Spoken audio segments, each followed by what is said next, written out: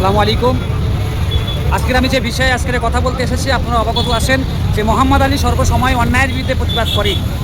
আজকেরকার আমি জায়গায় দাঁড়িয়ে যে ঘটনা ঘটেছে পূর্ব বারুইপুর বিধানসভার মধ্যে সূর্যপুর হাট এলাকায়, সেটা কিন্তু একেবারে আমার বাড়ির পাশে বললে চলে। আমি আজকের অনেক মর্মাহত, যেহেতু আজকের আমি পশ্চিমবাংলাতে নেই, আমি পাশে ছুটে যেতাম, ওর পরিবারের পাশে আমি ছুটে যেতাম।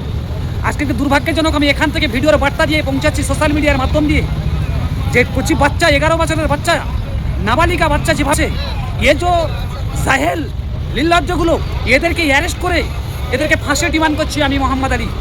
আগামী দিন এই সমস্ত কালপিটদেরকে যদি আপনারা ছেড়ে রাখেন, আজকের একটা মায়ের কোল খালি করেছেন ধর্ষণ করে, কালকের আর একটা মায়ের কোল খালি করবে। আমি মুখ্যমন্ত্রীকে আমি অনুরোধ করছি, আমি মোহাম্মদ আলী শুভেন্দু অধিকারী মুখ্যমন্ত্রী, আপনাকে অনুরোধ করছি, আপনার শ্রদ্ধা রেখে সম্মান রেখে বলছি। আপনি আগে বলেছিলেন যে সকালে ধরবো বিকালে খরচা করব, আপনার কাজে কথায় এক হচ্ছে না। আজকের জনগণ যখন ক্ষিপ্ত হয়ে গেছে, যে অপরাধ করেছিল তাকে ধরে পুলিশের হাতে দিল, পুলিশ কেন ছেড়ে দিল? ওখানকার বিজেপির যে নেতা আছে ওর হতে কেন ছেড়ে দিল? এ প্রশ্ন আমার রাজ্য সরকারের কাছে। সাথে সাথে যে সিট গঠন হয়েছে, যে সিট গঠনের আমি শ্রদ্ধা করছি, স্যালুট করছি, কিন্তু যেন ধামাচাপা না পড়ে যায়। প্রকৃত ইনভেস্টিগেশন করে তাদেরকে আইনের আওতায় এনে তাদেরকে ফাঁসি দিতে হবে।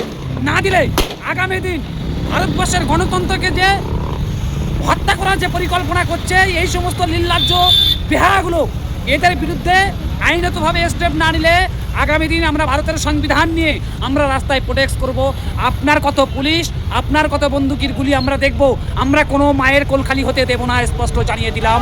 আরেকটা কথা এখান থেকে জানাচ্ছি, শুধু আমার বোন নয়, আমি মুসলমান বলে আমার বোন নয়, হিন্দু বোনের ওপরে আমার আক্রমণ হলে আমিও প্রতিবাদ করব। যখন অন্যায় হবে সে হিন্দু মুসলমান কোনো দেখার দরকার নেই, কোন ধর্মের দেখার দরকার নেই, প্রতিবাদ কিন্তু জারি থাকবে। আমি মুখ্যমন্ত্রী, বাংলার মুখ্যমন্ত্রী শুভেন্দু অধিকারীকে আমি অনুরোধ করছি, এর বিরুদ্ধে তদন্ত করুন। এর পিছনে কারা আছে?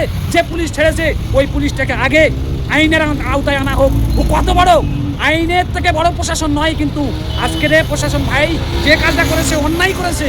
আমি অনুরোধ করব শুভেন্দু অধিকারীকে, আমাদের বাংলার মুখ্যমন্ত্রী সিএম, আমি আপনার কাছে অনুরোধ করছি, আপনি জিনিসটাকে ট্যাকেল করুন।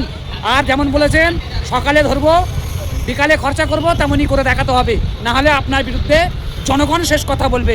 সরকারের কথা শেষ হবে না, বন্দুকের গুলি শেষ হবে না, সরকারের কথা শেষ হবে না, পুলিশের কথা শেষ হবে না, জনগণের কথা শেষ হবে। আসসালামু আলাইকুম, ভালো থাকবেন।